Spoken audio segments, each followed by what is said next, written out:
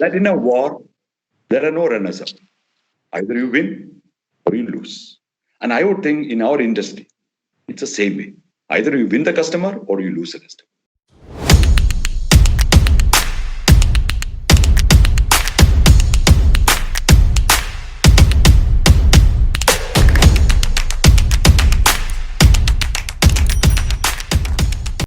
Hello everyone, this is Srikanth Rajan from ARPRO Academy and welcome back to REVV UP with ARPRO.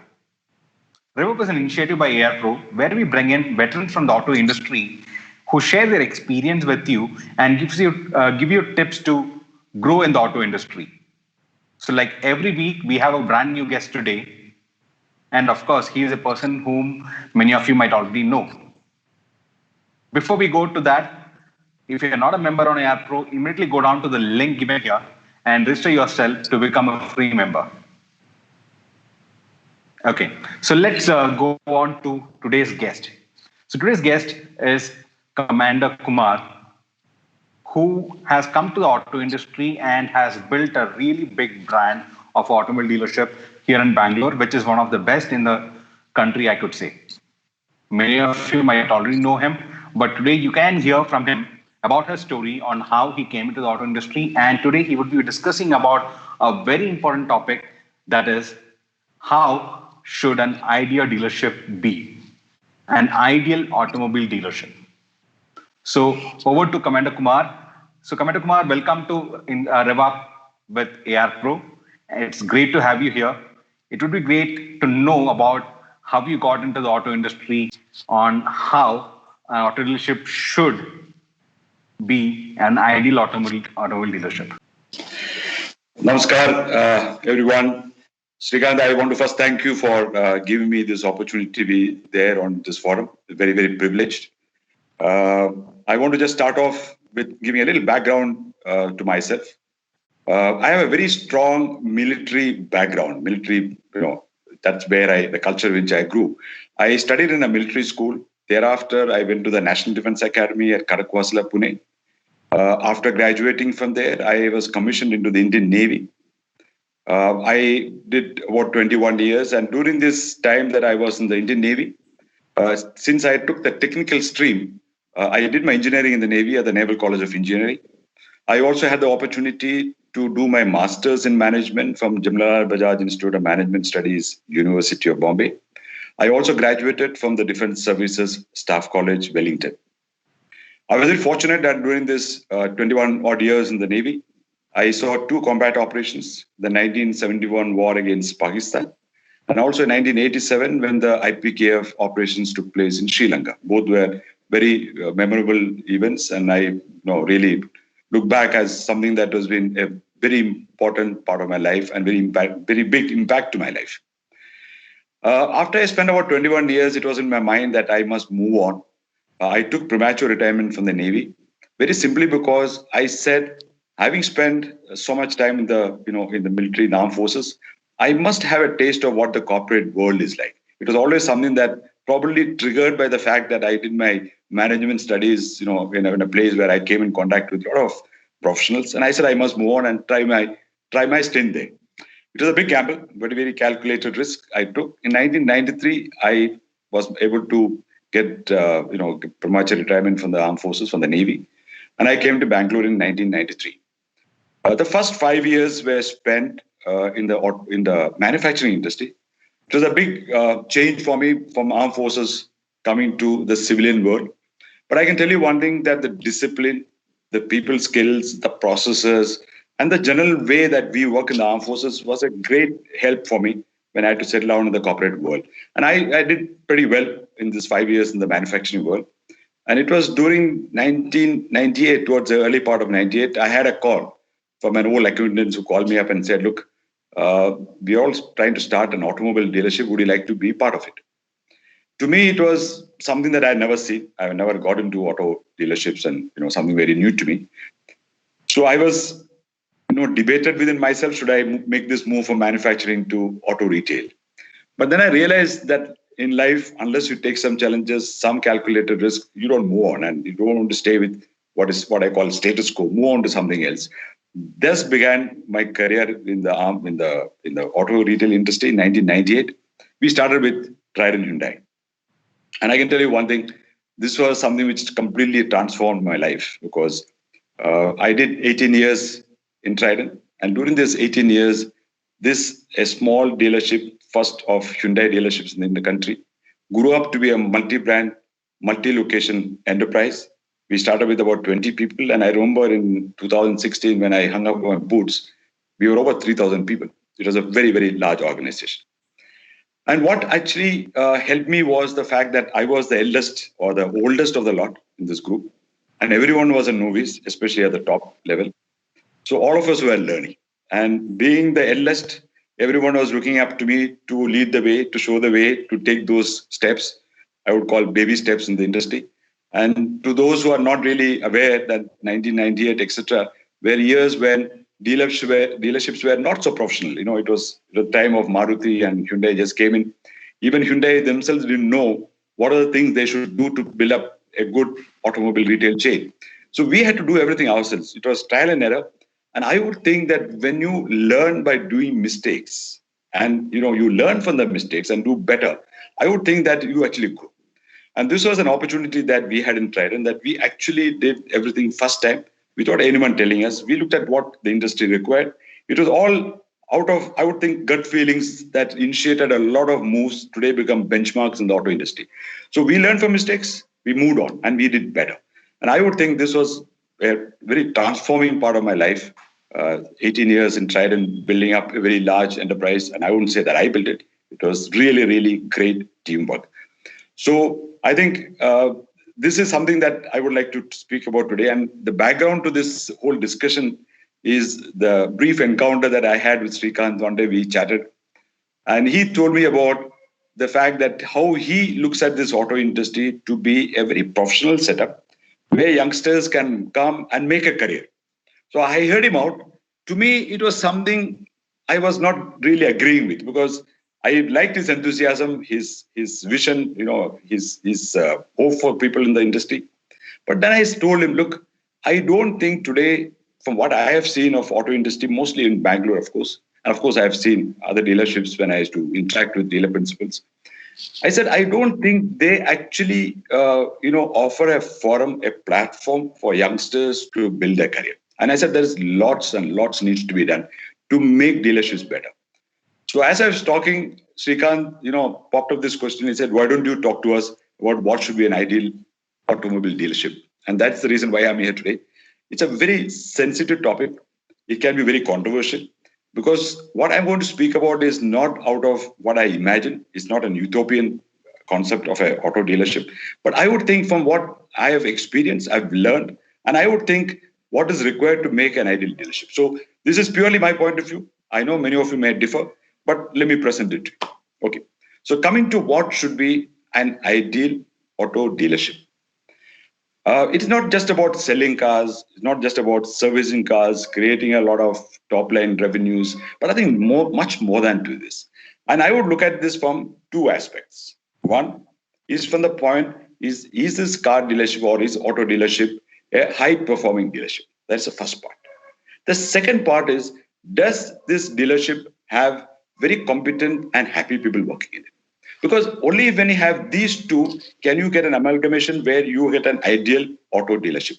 High performance with very happy and performing and very competent people. So this should be the combination that will drive and we can achieve what you call an ideal auto dealership. Let me first stay with high performance. What is this high performance? Because we need to be very clear on this. And when you talk about a high performing dealership, I would look at it from the perspective of four very important constituents who are stakeholders in this performance. Now, who are they? The first and the foremost are the people who are the investors, what we call dealer principals. From their point of view, high performance, I'm sure, is basically they will look at in terms of revenues, in terms of top line, in terms of profitability, and in terms of return on investments. I'm not saying that other things are not important, but this would be the primary concern that defines, are we a performing dealership? In terms of profitability, in terms of return on investment. Now, how much should be the profitability? How much should be the return on investment? I don't want to debate that. That's a completely a different topic. But I think this is a very important parameters. Profitability, return on investment are very important parameters from the point of view of a dealer principal. Who is a second constituent? Very important second constituent is a customer. What does a customer expect from a high-performing dealership? Is it just about getting a car on a discount or getting discounts at service? I don't think so. I think it's much beyond that. What you would expect is, has he had a good experience in dealing with this dealership, both at the sales and after sales? And I think this is extremely important because it is only by making sure that we are able to give him what he expects can we commit to be a long-standing relationship with the dealership. And I want to make a point here that in Trident, when we started, this was something which was always in the back of all our minds, that we want to make sure our customers are really, really people committed to us, people who will stay with us, and we keep a relationship for a long time. And our tagline, drive home the relationship, is what actually came out of this, because we believed it's not about selling cars, it's not about servicing cars, but it's about creating a relationship which lasts a lifetime. So very important from the point of the customer, we need to make sure that he's very happy, content, he stays on with you, he continues to service his cars, continues to buy his next car, brings his friends, family members back to us to buy our cars. That is about how a high-performing dealership looks to a customer. The third stakeholder in this performing dealership is the OEM, the manufacturer.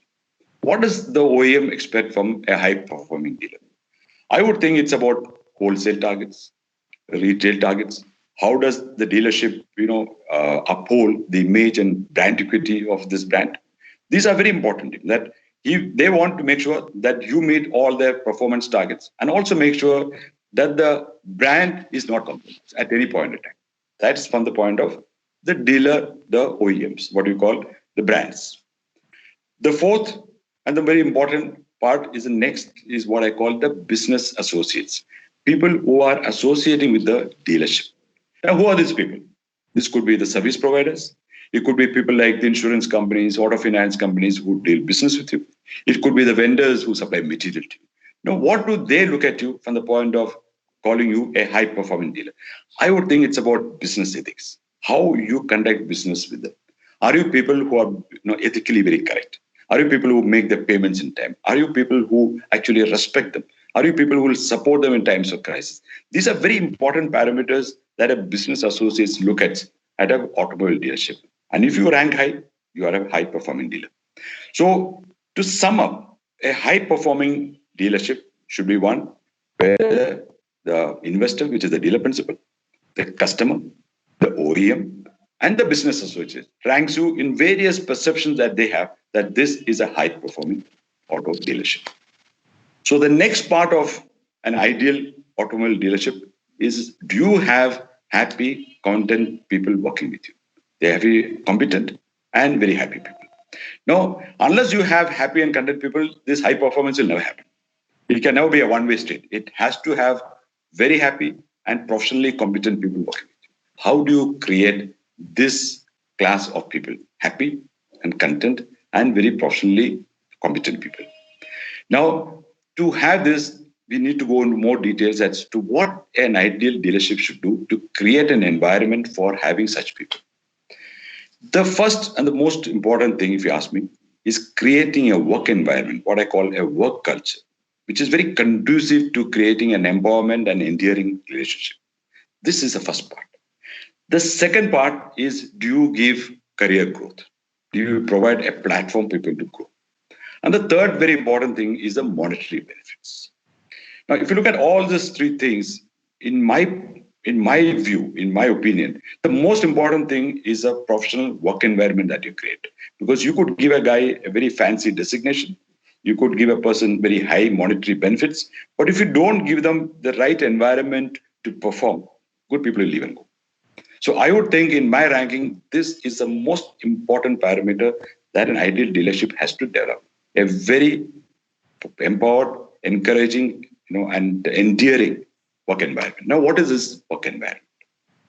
The first and the foremost thing is, does the organization have a very rich work culture, a very, what I would think, conducive work culture. Now, we all talk about the word work culture, work culture. I think many people actually miss the point. What is work culture? Let me tell you one thing. Every organization has a culture. Whether you like it or not, it is there. It could be good, it could be bad. A culture actually develops the way you work, and you will find that it is inherent there. A good work culture will show up. A bad work culture will show up in a different way. Now, what is this work culture? Let me explain by an example. Let's say there's a technician in a particular dealership who's got a whole lot of grievances. He's very unhappy. And he goes to his floor supervisor or box manager, what do you call the person who handles the floor, and he says, look, I have a lot of problem. I want to talk to the director.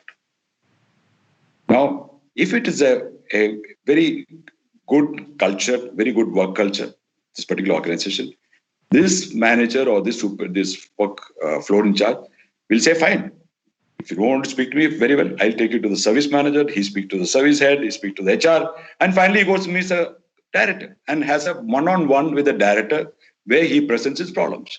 All this happens not by months or something, in a couple of days. Now, this is a work culture which actually means that you have access to the top people without any problem. But look at a different way. If a car dealership where the culture is not good, the same background, this technician talks to the floor in charge and says, I want to go and talk to the director. He said, what nonsense? Director never meets anybody. If you have a problem, talk to us. And if you don't like it, you'll quit and go and find another job. See, you see these two contrasting work cultures. One is a culture where you have access to the top people. Other one is a work culture where you are denied meeting anyone senior. So this is two different. So what is important is to create a work culture which actually empowers people, endears people. Now, where does this culture start from? It's very easy to say you must have a culture. Is it that you write down all the cultures? I don't think you start with that. Basically, if you want to have a very strong work culture, it has to start with the top guy in the organization. It could be the dealer principal, it could be the CEO, whoever is the one who is running the operation. He becomes a custodian, he becomes a guardian, and he becomes a man who gives the direction to the culture. It starts from there. It's never bottom up. It's always right on top and down. If he believes that this should be the way that we should work, then the culture starts. It cannot start any other way. I can tell you this, honestly, out of experience. So what happened, going back to Trident, we, over a period of time, the way of working, sort of was completely different from various other, dealerships. So we had this of transparency, fairness, growth orientation, no harassment, respecting people. All this were part of our work culture. So at one stage, we decided that we must document this because it's very important that not only do you practice this, there must be a certain document that is developed and says, this is your work culture. And I would call them the tenets of work culture. And we all sat down and created this tenets of work culture, which is very prominently displayed across Trident, wherever you go. I'm sure it's still there. It is, is something that we all really pay a lot of heed to because that becomes the foundation of how our work culture starts. So that is the first part, creating an empowering, enduring work culture. The next part, that once you've created this, you need to have a very strong leadership. Now, without a strong leadership, this culture does not go down. It will get lost. Now, what is the kind of leadership that you require? Now, I have seen in my years after Trident, and just to go back a little bit, in 2016, I decided that I must hang up my boots simply because I had done about 45 years of work life. And I said, this is the time to take a break. I had nothing else in my mind. I said, I must just have freedom of time, meet people, enjoy, places, meet my old friends, etc., and moved on. But as luck would have it, destiny decided otherwise. I got caught up with one of my dealer principal friends who wanted me to speak to his team. Then it moved from one to another. Then I was slowly trying to sort out problems for him. Then it went on to another dealership. So I actually got into consulting. And that's the reason why I'm saying that I've experienced lots outs after Trident. In fact, Trident finished in 2016. Thereafter, I've been consulting for various dealerships. So coming back to this point of leadership, what I've seen in my consulting, time that I spent last 3 years, is that many times the leadership is absent simply because the top guy, again, is not a person who is actually a good leader. And leadership, I would always say, that is something that, well, you can learn. It's not that you have to be born with as a leader. There are a lot of things that you can learn. And how strong is the leadership or how healthy is the leadership in an organization can be seen from the top. And I always believe in a small dictum that the fish rots in the head first. What it means is that if you want to see the health of an organization, like if you want to see how healthy is the fish, how fresh is the fish, you don't look at the body, you look at the head. The head will tell you, is this fish fresh or not? Is it healthy or not? The same applies to an organization. If the top is rotten, you rest assured the bottom, the leadership down chain is definitely not going to be good, because a top guy, if he's a good leader, he will ensure that people down the line are also people of the same caliber. He will not compromise. So very important to look at the leadership from the top. And if you have the top leader of a high caliber, rest assured that you will have the whole hierarchy being of a very high standards. And this is very important, because if you don't have good leadership, then the culture cannot get established. Culture cannot be run. Culture cannot be practiced. So very important is the leadership. And when I talk about basic, what we require from leadership is honesty, integrity, professional competence, fairness, and a very, what you call, inspiring, leadership where you inspire people. And the very last and most important thing is, are you a personal example to the rest of the team? I think this will determine as to what is the quality of leadership that you have in a particular leadership. So we talked about culture, we talked about leadership in the team. The next is that for a car dealership to be what you call a ideal dealership needs to have a very strong HR policies. And these are not just said, this must be documented and practiced. An HR manual will contain everything, where it is a salary structure, where it is a grade structure, where it is in terms of increment payment, promotion, leave policies, termination policies. Everything should be there, documented, and something that is practiced by the whole team. Because if you don't have an HR manual, HR document, then people know it leads to advocacy. It is about favoritism, nepotism, all these kinds of bad practices comes from the dealership. To prevent that, you must have a documented HR manual. And I have seen in many dealerships in the course of my consulting, they don't have it. It is just that, you tell me a guy and I will tell him what the rule applies. So it is very ad hocism. It has got nothing which is, firm, which is documented and which is practiced as across everybody. So this is a very important part of creating the right environment. So you have a culture, you have a leadership, and you need to have HR policies which are documented. Now, when you have all this in a dealership, what actually leads to is, of course, very happy people and very competent people, because you would have never taken people who are incompetent, because the leadership is good. They will only take good people. Now, when you have this entire, mix of all this, it leads to what you call ownership. This is a very important aspect of creating an ideal auto dealership. You should have people who take ownership of the organization. Now, in the course of my career, I've come across, especially in the auto industry, the people who tell me at the senior level, my guys have no sense of ownership. They just don't care. So I had to hear, and to one of them I said, do you know what creates ownership? He said, well, I'm looking after them. I'm paying them good salary. Why should they have no ownership? I said, no. Ownership doesn't come just because you pay them a good fancy salary. No.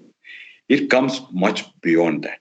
It comes when you respect people, when you trust them, when you treat them at equal par.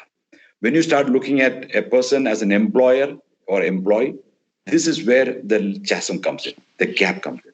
Always treat the people who work with you as partners of the organization. People who are equal stakeholders are people who create the wealth for the organization, not just for you, for everybody. So it's very important that you have this kind of relationship that you have. When you create this relationship with people, I can tell you one thing, ownership comes by itself. You don't have to drive it. You don't have to say, no, you need to have ownership. Ownership will exhibit itself because people trust you, people respect you, people look up to you and say, this is my organization, I'm not going to let it down. Come what may, I will go beyond the call of duty to make sure my organization is never compromised. People will look at it as an ideal dealership. People will respect it. This is a very important thing. And I want to cite an example which happened in Trident long years back.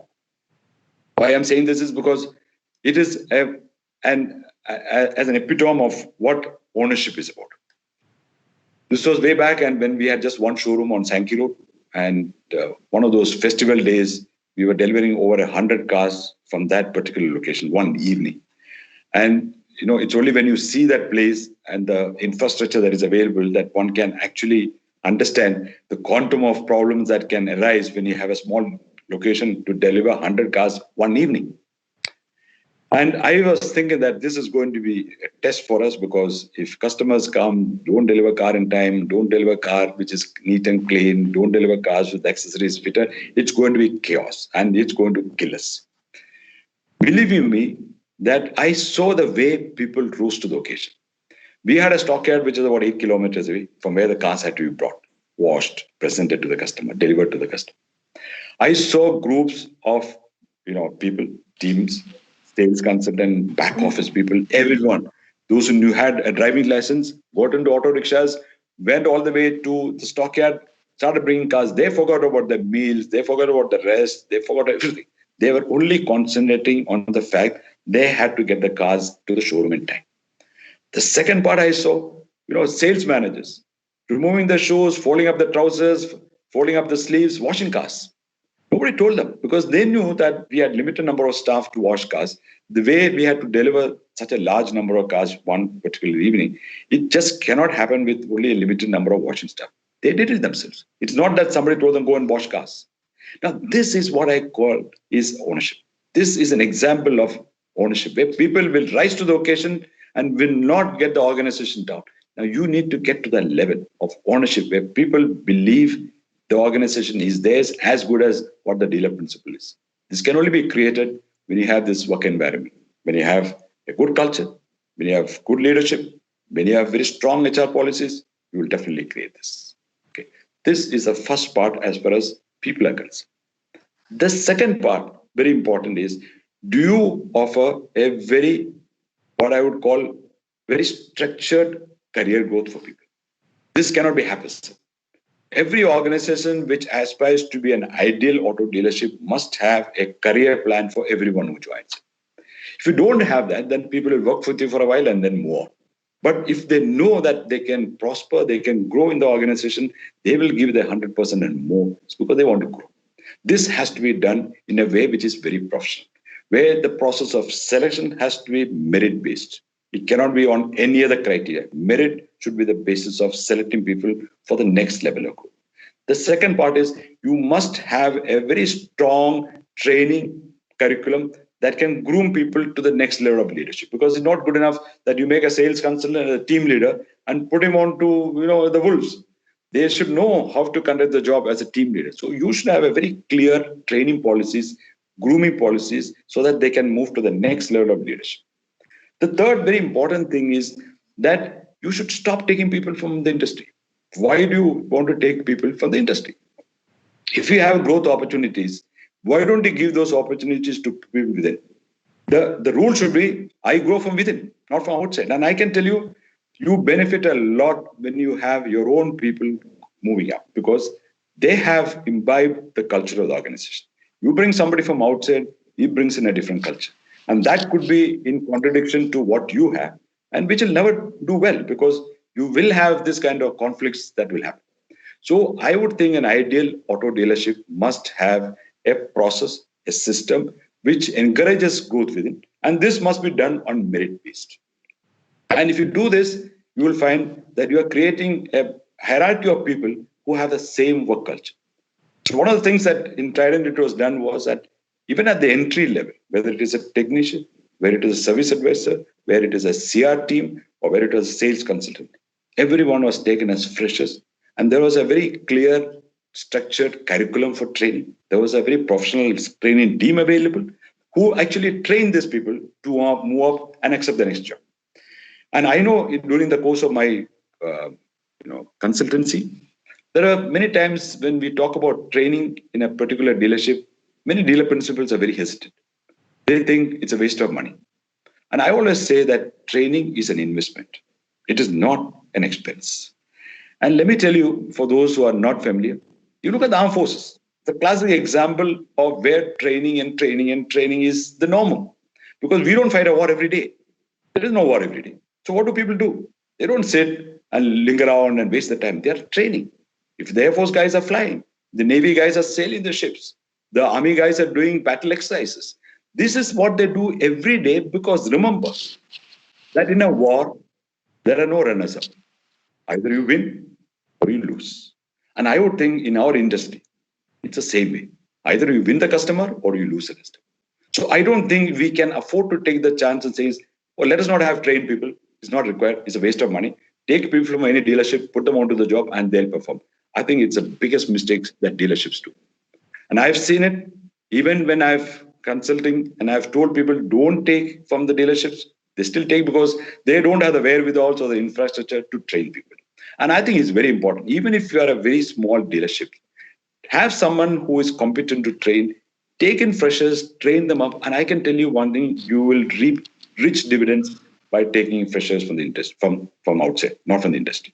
So very important is to have a clear career growth platform so people can stay on in an organization and grow. And they grow with you and they will grow the culture of the organization. Only the organization will get better. It will never go down. So very important is creating a career growth pattern for all people in the organization.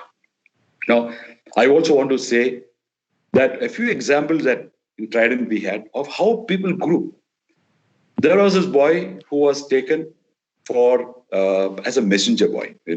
He's basically his job was to go and we used to give him addresses of customers who are not responding. We said go and actually check whether this person stays in the address. This number seems to be wrong.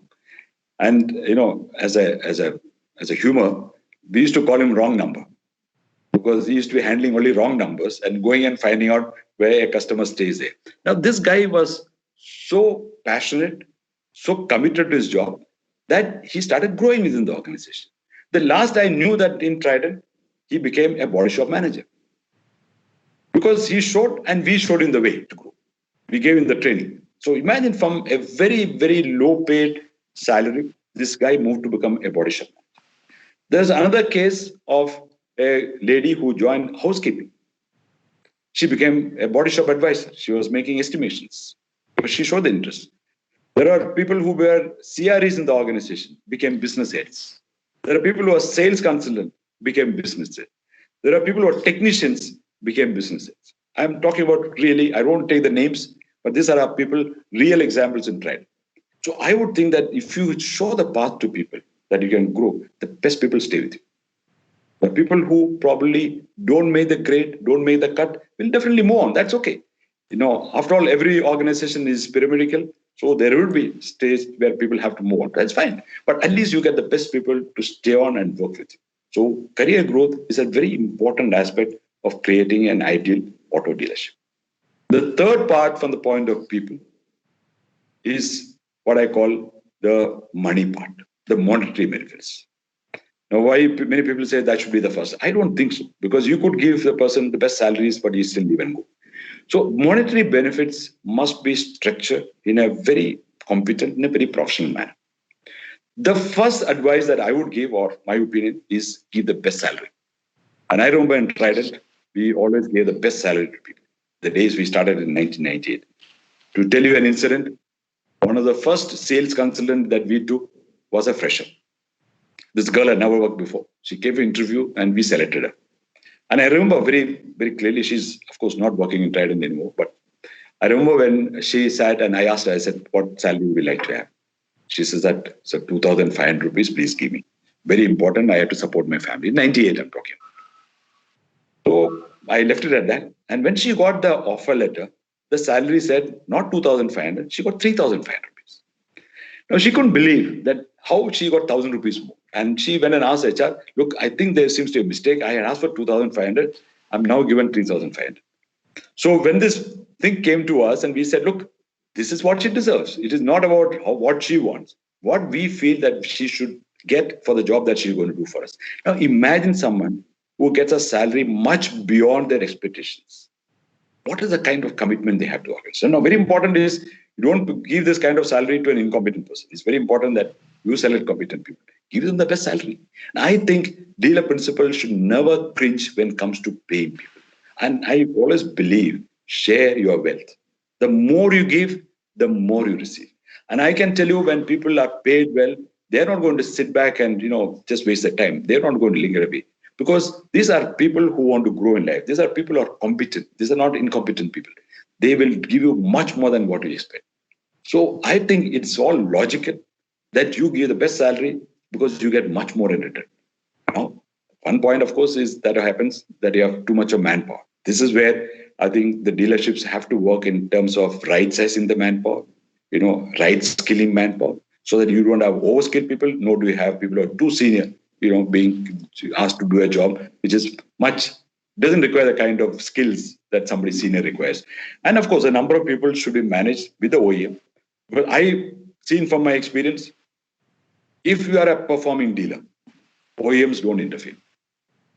From the point of sales, all that they expect is you achieve your wholesale numbers, you achieve your retail numbers, you make sure your dealership gives a right image, make sure the SSI is good, they don't bother you. Similarly, in the after sales, if you have very high CSI, they never bother you. No customer complaints going to the OEM, they are very happy. Normally, OEMs don't trouble you if you are a performing dealer. Now, if you're not a performing dealer, I have seen, OEMs will put all the pressure on you to keep on adding manpower. Their first job is add manpower, add manpower. Oh, this is not happening, you are short of manpower. What happens? You land up with so much of top weight that you don't have the money to pay salaries. So you start reducing salaries. You get bad people. The good people will even go. You see, it becomes completely a kind of a cyclical situation where you will be left with only the worst people. So very important is that you start paying people the best salary in the industry. Keep less number of people. And if you are competent people, you get much more in return. The second part is an incentive part. It's very important that people should be incentivized for what they do. And this must be very clearly documented, structured. I have seen many dealerships where announce incentives, but don't pay, or they change it in between. Incentives should be something which is known to every person who has eligible to get that incentive. He must know what is the incentive, how we can achieve that. If you do that, you find many people who actually aspire to get that, they work to get that, they go all out to get that. And I had always had this belief that people who don't earn incentives should not stay in an organization because they are not ambitious. They're not people who want to grow. And I would think in my scheme of things, I would like to keep a person who doesn't earn incentive. But incentive should be transparent. It must be created and very clearly communicated to everyone. The third part is the rewards. And rewards, I mean the perks plus the rewards.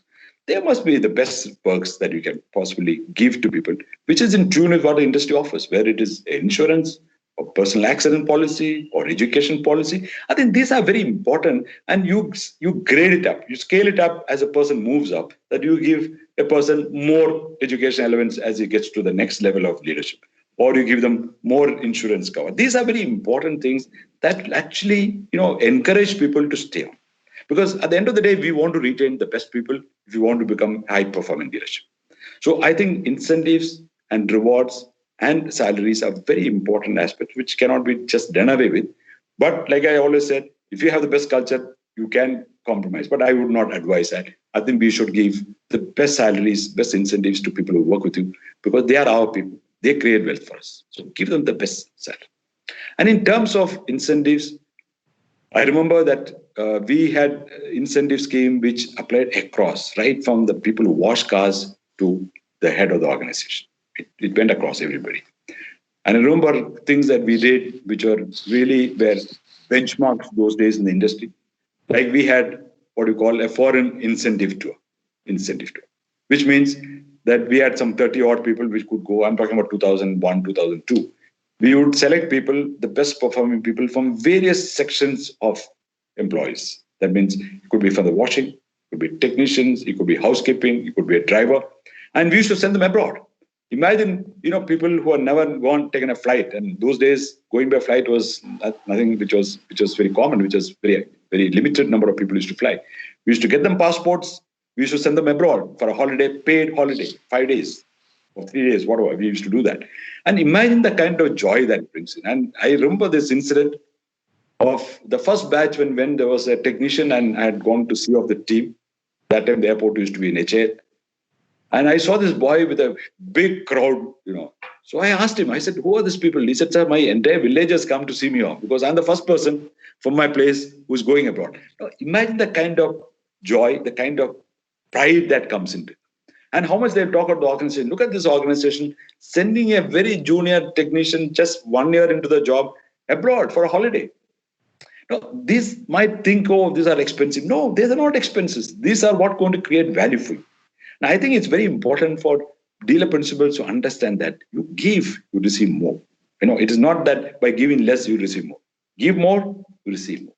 So to sum up, if you want to see a very ideal dealership, the combination of high performance, which I mentioned about the stakeholders, dealer principals, customers, OEMs, and the business associate. They will look at what is a high performing dealer from their perspective.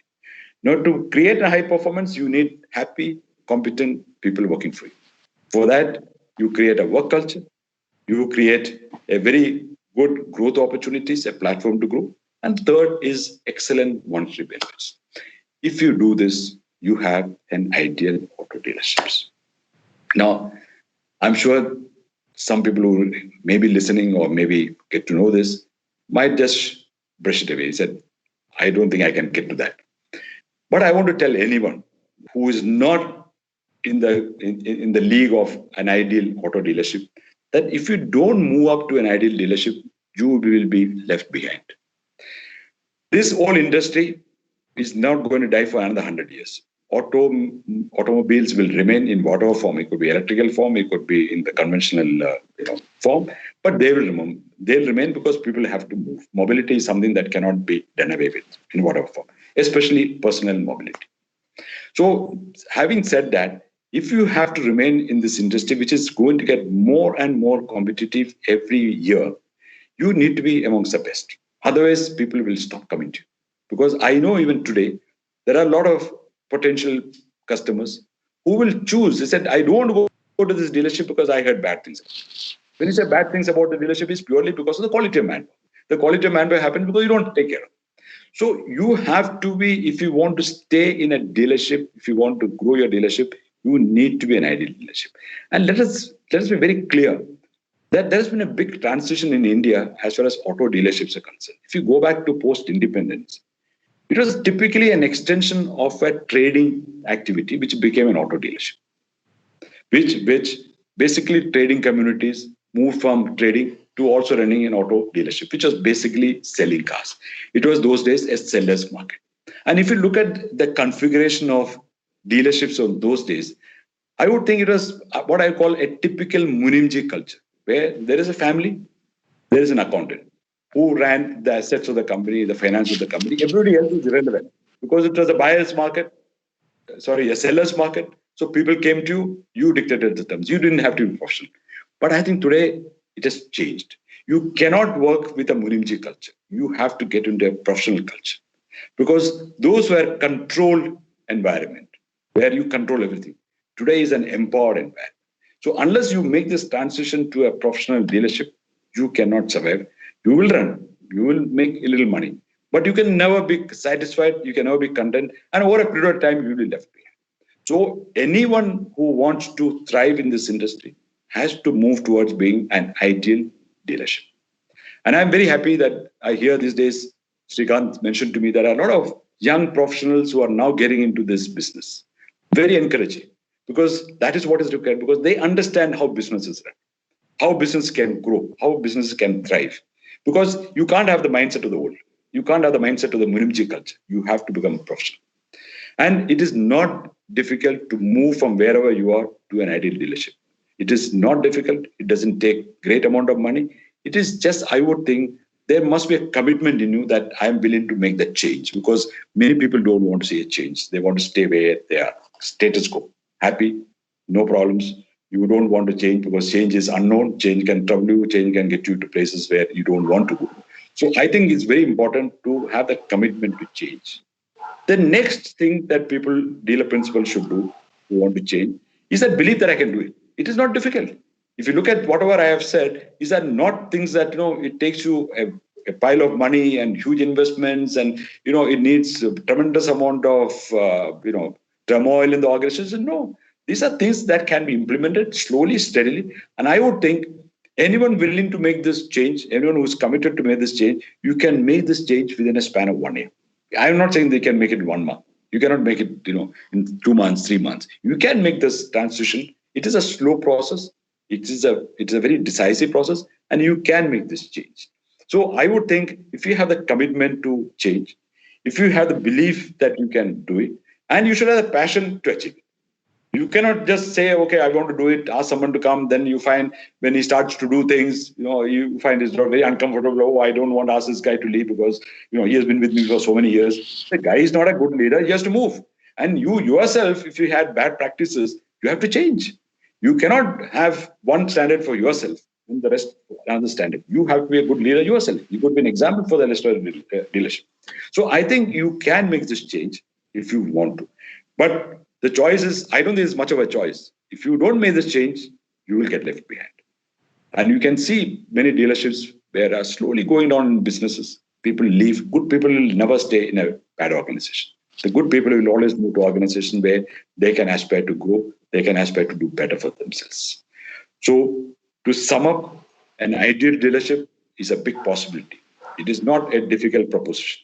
It all requires is commitment from people, the belief, and the passion to change. And then if you have that kind of platform, rest assured, you can attract the best talent available who will make this industry more and more vibrant and a platform for more people to join in and grow. And like I said, this is a growing industry. It's not going to stop at where we are, and we are only going to see better times ahead. And I want to wish everyone a happy new year in advance. And I'm sure all of you will do well, and I'm sure we have better and better dealerships going forward. Namaskar. Thanks a lot, Commander Kumar. In fact, that was really enlightening and very interesting to hear. In fact, team, if you're watching this, this is what we want to bring in from ARPRO. The kind of change in the automobile dealership, in your business, if you can bring this change, let us take this as a resolution probably. Now, since it's the right time, this is the last video of the year from ARPRO. And I am sure this is something that has to change the way you work for 2021. Bring in new goals, ensure that your dealership's getting to this path, set your path that you need to be one of the ideal automobile dealerships in India. This is the right time to start. So again, thank Commander Kumar for all the insights that he's given to us. I'm sure all of you enjoyed too. So if you have any questions for Commander Kumar, you can email it to us on the email ID given here. So we will send your queries to Commander Kumar, and I'm sure he'll reply to all of you. Look forward to meet you next year on the next episode of Inspire or Rev Up. So team, for now, this is Srikanth Rajan signing off until we meet on the next video. Goodbye.